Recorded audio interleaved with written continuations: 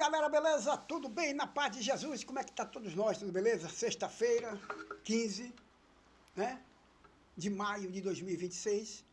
Daqui a mais 2 dias tem Bahia e Grêmio. Eu quero voltar só um pouquinho passado do jogo do Bahia recente para dar seguimento. O que passou, passou. A gente fica assim dizendo, né? Ontem terminou a fase de o Vitória se classificou, ganhou do 2-0 do Flamengo, e isso quando acontece começa um monte de situações, né? É repórter que gosta de escalar técnico, é repórter que gosta de escalar time, gosta de dizer como é que tem que ser feito. Então o que eu quero dizer para vocês é o seguinte, toda ideia que eu tiro aqui é ideia minha, não é ideia de que eu ouço de ninguém, tá certo? Há o questionamento, aqui Luciano Juba, que ele jogou atrás, que era tal. O que eu quero dizer para vocês é que o time do Bahia chegou na cara do gol por muitas vezes no segundo tempo. Chegou na cara do gol e fez gol. Agora o Rogério Ceni não é o árbitro, não. Certo? Então o Bahia fez gol à vontade no segundo tempo, chegou na cara do gol no segundo tempo à vontade no segundo tempo. E tinha que se arriscar isso. E perdeu o jogo. Mas os gols não foram válidos. Tá certo? Os gols não foram válidos. Pronto. Esse eu quero dizer que o time chegou na cara do gol. Independente se o Luciano Juba for o centroavante, o goleiro, o lateral esquerdo, o meio campista, jogou atrás ou na frente. Essa é a minha resposta. Chegou na cara do gol, fez, mas teve o gol anulado, né? Por questão do árbitro anular, por conta de... No momento daquele jogo ali, houve mão, houve falta, tal. Pronto, isso aí é indiscutível. Chegou na cara do gol, naquele segundo tempo, o Bahia foi bem e merecia sair com os gols, se assim fosse, não fosse invalidado. Mas vamos esquecer essa fase e viver a outra fase. A outra fase é, o Bahia joga agora no domingo com o Grêmio, na Arena Fonte Nova, dia 17, às 16 horas, tá certo? Às 16 horas. O Bahia vai pegar o Grêmio, às 16 horas, na Fonte Nova. Isso é que importa. Passou o tempo. E o Vitória enfrenta o Bragantino no mesmo domingo, às 18h30. Acabou. Coisa do passado, falar sobre esse assunto, né? Porque aqui a gente só está tentando tirar o técnico. Eu sou crítico de Rogério Ceni, mas o time chegou na cara do gol por diversas vezes no segundo tempo. Fez. Teve seus gols anulados. Essa, contra fatos, não há argumento. Tá bom? Agora, se você falar do passado, que não sei o que lá, não sei o que lá, aí é outra história, eu quero viver o presente e o futuro. Pode não ser a opinião minha, pode não ser igual a de vocês. Ok? É esse meu pensamento. Então, ficar aqui lamentando sobre isso não resolve mais. Portanto, agora é o brasileiro que interessa agora o Bahia e acabou. O Bahia que hoje é o 6º colocado, confere? Com 22 pontos. Primeiro Palmeiras, segundo Flamengo, terceiro Fluminense, quarto São Paulo e quinto Atlético Paranaense.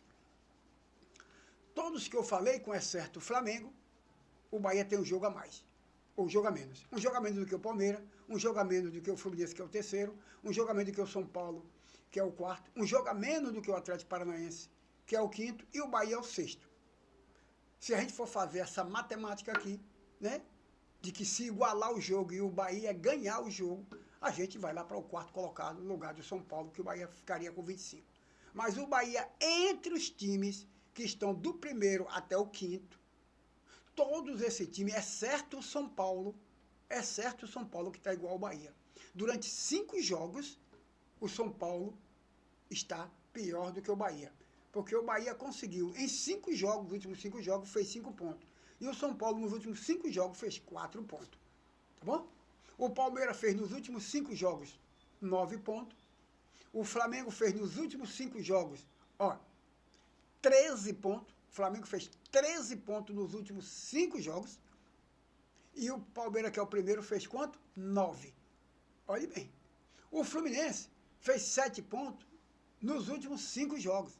O São Paulo fez 4 pontos. O Atlético Paranaense fez 7 pontos nos últimos 5 jogos. E o Bahia fez 5 pontos nos últimos 5 jogos. Atrás até do Bragantino. Tá bom? Então isso é o que vale pra gente. Então o jogo é Bahia e Grêmio na Fonte Nova.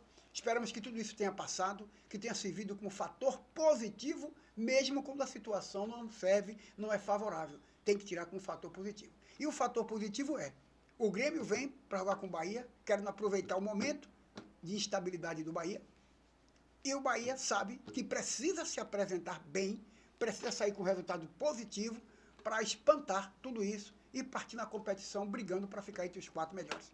Acabou. Somente isso. Não tem outra coisa para a gente estar falando. Né? Esquecer o que passou e viver nova era. É o que interessa para a gente. Ok? Então hoje, sexta-feira, depois da manhã, às 16 horas, tem Bahia e Grêmio. E o Vitória joga fora de casa. Ok? Esse é o fato consumado. Quanto à questão de falar da forma do Bahia jogar, eu falava isso lá em 2023, quando o City chegou. Que o Bahia aplicava esse estilo de jogo, e esse estilo de jogo só ia até o momento que o adversário descobrisse. E não demorou 10 jogos. O Bahia naquele ano quase briga para cair. Veio 2024, ali, naquela situação, aplicando o mesmo método de jogo. Ele pode ser aplicado? Claro que sim. Pode ser utilizado? Claro que sim. Mas é preciso saber em que jogos poderia ser utilizado.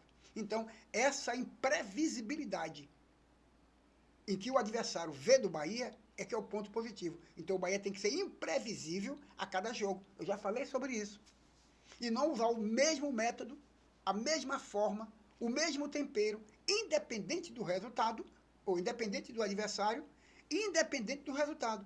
O Bahia aplica a mesma tática quando joga com um time consideradamente fraco e quando joga com um time consideradamente forte, faz a mesma tática, fácil de se descobrir. E mesmo quando está ganhando, continua do mesmo jeito. E quando está perdendo, continua do mesmo jeito. Esse é o problema. E tem que o Bahia ser imprevisível nisso aí. Tá bom? Um abraço a todos vocês. Obrigado. Que Deus o proteja.